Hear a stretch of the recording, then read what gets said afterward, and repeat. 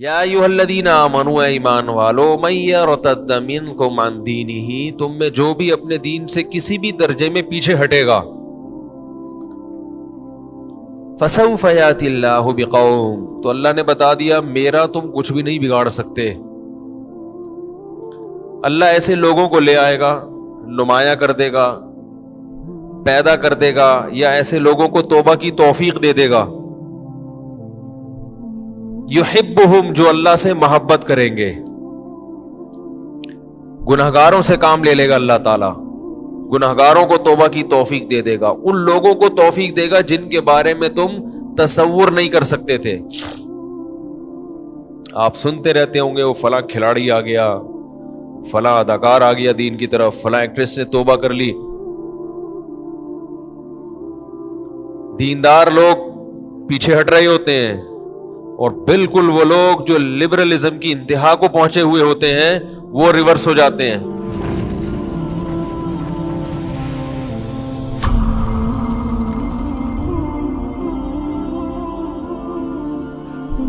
یا ایھا الذین آمنوا، اے لوگو جو ایمان لا چکے ہو،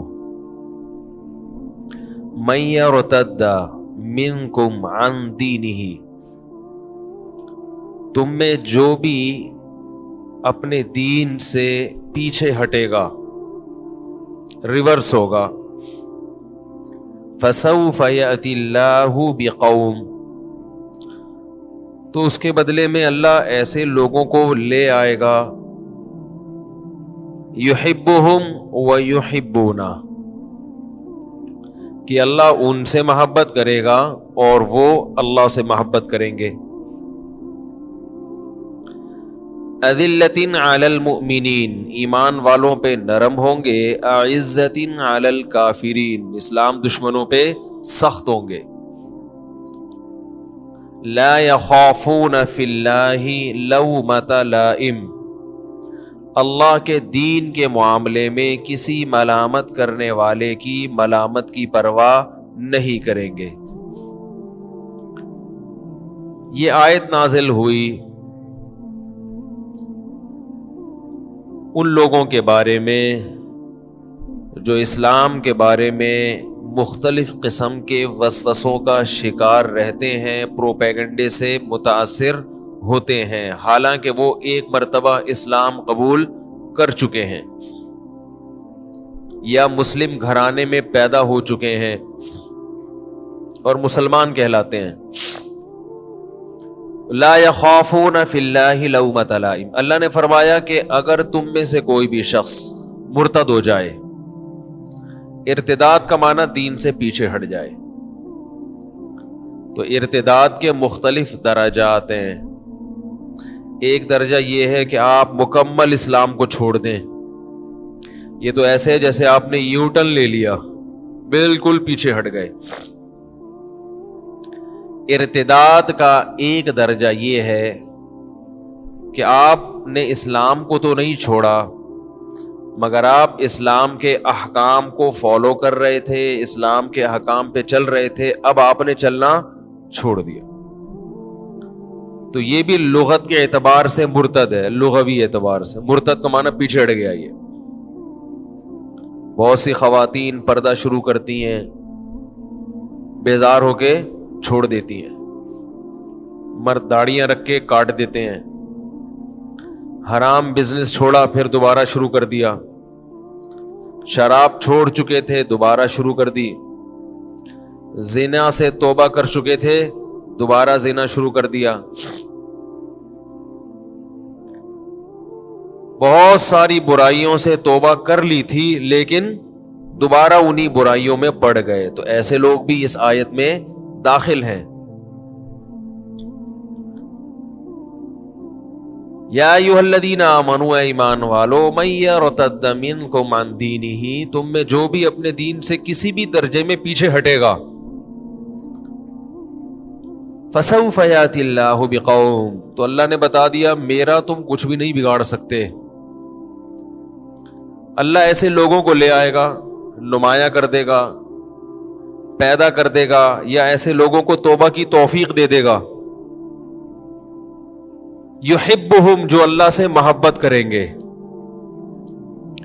گنہگاروں سے کام لے لے گا اللہ تعالیٰ, گنہگاروں کو توبہ کی توفیق دے دے گا, ان لوگوں کو توفیق دے گا جن کے بارے میں تم تصور نہیں کر سکتے تھے. آپ سنتے رہتے ہوں گے وہ فلاں کھلاڑی آ گیا, فلاں اداکار آ گیا دین کی طرف, فلاں ایکٹریس نے توبہ کر لی. دیندار لوگ پیچھے ہٹ رہے ہوتے ہیں, اور بالکل وہ لوگ جو لبرلزم کی انتہا کو پہنچے ہوئے ہوتے ہیں وہ ریورس ہو جاتے ہیں. ہم جس قوم کو دیکھ کر گمراہ ہو رہے ہوتے ہیں, ان کی عیاشی کو دیکھ کر, اور ان میں جو عیاش ترین لوگ ہوتے ہیں وہ دین کی طرف آ رہے ہوتے ہیں, وہ اس زندگی پہ لعنت بھیج رہے ہوتے ہیں. تو یہ اس آیت کی بہترین مثال ہے. فَسَوْفَ يَأْتِ اللَّهُ بِقَوْمٍ, اللہ ایسے لوگوں کو لے آئے گا, يُحِبُّهُمْ, جو اللہ سے محبت کریں گے. اب آپ قرآن کا انداز دیکھیں کتنا عجیب ہے, انداز عجیب ہے. ہونا یہ چاہیے کہ پچھلی آیت میں اللہ نے فرمایا اے ایمان والو, تم میں جو دین سے ہٹے گا تو اللہ بدلے میں ایسے لوگوں کو لائے گا جو دین سے نہ ہٹیں. یہ ہونا چاہیے نا. ارے بھائی کیا ہو گیا بھائی, جو دین سے ہٹ رہا ہے اس میں فالٹ ہے دین سے ہٹنے کا, تو اللہ اس کی کمی پوری کریں گے, کیونکہ اسلام کو تو اللہ نے قیامت تک زندہ رکھنا ہے نا. اسلام کو تو اللہ نے قیامت تک زندہ رکھنا ہے. تو اللہ یہ بھی کہہ سکتے تھے کہ میں ایسی کتابیں پیدا کر دوں گا جو سیدھا راستہ دکھاتی رہیں, لوگ تو دین سے ہٹ جائیں گے مگر کتابیں موجود رہیں گی, تاکہ علمی کتابی لوگ اس سے فائدہ اٹھاتے رہیں. نا نا نا نا نا, لوگ پیدا کر دوں گا. یعنی نبی صلی اللہ علیہ وسلم کے دور سے لے کر قیامت تک یہ دنیا لوگ لیس نہیں ہو سکتی. بات آ رہی ہے سمجھ میں؟ لوگ لیس سے مراد نیک لوگ لیس. یہ کچھ ہم خود ہی ڈکشنری لغتیں بناتے ہیں آج کل. یعنی یہ دنیا بہت سی چیزوں سے لیس, بہت سی چیزیں اس سے لیس ہو سکتی ہیں, لیکن لوگ لیس نہیں ہو سکتی.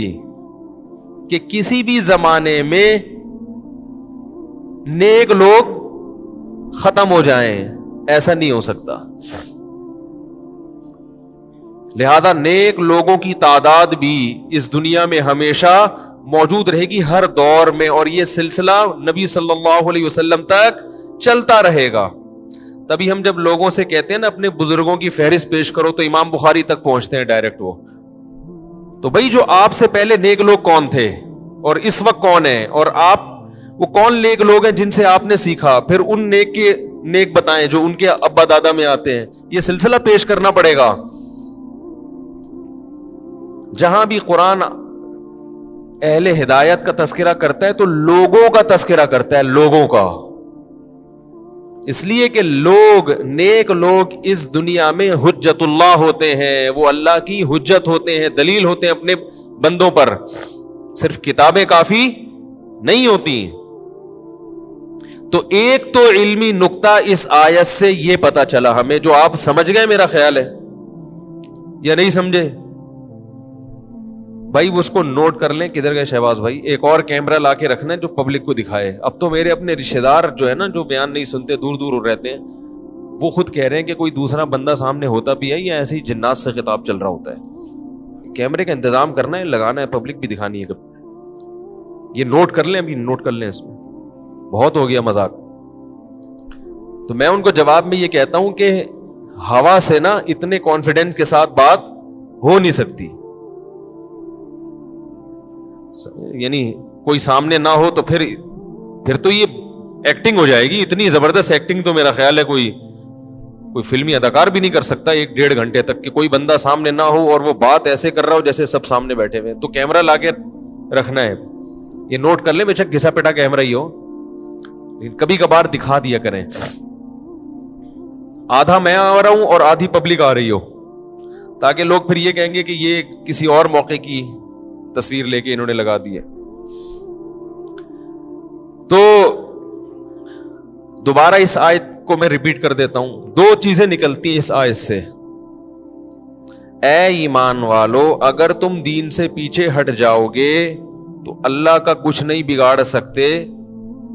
اللہ ایسے لوگوں کو لے آئے گا, اچھے لوگوں کو پیدا کر دے گا. تو ہونا یہ چاہیے کہ اے ایمان والو اگر تم دین سے پیچھے ہٹ گئے تو اسلام کا کوئی نقصان نہیں ہے. کتابیں تو بخاری مسلم تو موجود ہے, جو چاہے گا سیدھے راستے پہ چلے گا, نہیں چاہے تو نہ چلے. نا نا نا نا نا, اللہ فرماتے ہیں لوگوں کو پیدا کرتا رہوں گا میں, لوگ اچھے موجود رہیں گے. اس سے بتا دیا کہ کوئی بھی ایسا شخص جس کی باتیں سن کر آپ کو لوگوں سے نفرت پیدا ہو رہی ہے, کوئی بھی اچھا نہیں لگ رہا, اس کا مطلب وہ خود اچھا نہیں ہے. دوسری بات اس آیت سے ہمیں یہ پتہ چلتی ہے کہ اللہ نے فرمایا من یرتد منکم عن دینہ, تم میں سے جو دین سے پیچھے ہٹے گا. تو اس میں فالٹ کیا ہے؟ دین سے پیچھے ہٹنا نا. تو آیت یوں ہونی چاہیے تھی اللہ ایسے لوگوں کو بدلے میں لے آئے گا جو دین پر استقامت دکھائیں گے اور پیچھے نہیں ہٹیں گے. کیا خیال ہے بھائی؟ لیکن آیت میں یہ نہیں ہے, آیت میں یہ نہیں ہے. بھائی دیکھو, آپ کا ایک ملازم ہے, وہ سست ہے. آپ نے کسی کو کہا کہ یار کوئی مجھے ملازم لا کے دو, میں تمہارے ذمے یہ کام لگاتا ہوں اور اس کی تمہیں میں تنخواہ دیتا ہوں. کنواں کھدوانا ہے مثلاً میں نے, اب وہ کنواں کھدوانے کا بڑا ماہر ہے, سب کچھ ہے, لیکن اس میں ایک فالٹ ہے کہ وہ بیمار ہے. تو آپ کہو گے یہ نہیں چاہیے مجھے, اس کے بدلے میں دوسرا لے کر آؤ جو بیمار نہ ہو, یہ کہو گے نا آپ. تو پھر بات یعنی بلاغت کے نہج کے بالکل مطابق ہوگی بات. تو قرآن کے الفاظ بھی بظاہر ایسے ہونے چاہیے کہ اے ایمان والو تم میں جو بھی دین سے پیچھے ہٹے گا, چاہے مکمل ہٹ جائے یا تھوڑا ہٹ جائے, اللہ ایسے لوگوں کو پیدا کرے گا جو دین سے پیچھے نہیں ہٹیں گے. مگر قرآن نے یہ نہیں کہا. قرآن نے کہا اے ایمان والو من یرتد منکم عن دینہ, تم میں جو بھی دین سے پیچھے ہٹے گا اللہ ایسے لوگوں کو لائے گا جو اس سے محبت کریں گے. اس میں اللہ نے بتا دیا کہ تم جو پیچھے ہٹے تھے تمہارے اندر ایک فالٹ تھا, محبت کی کمی. اب جو لوگ آئیں گے اس میں محبت کی کمی نہیں ہوگی, وہ پیچھے نہیں ہٹیں گے.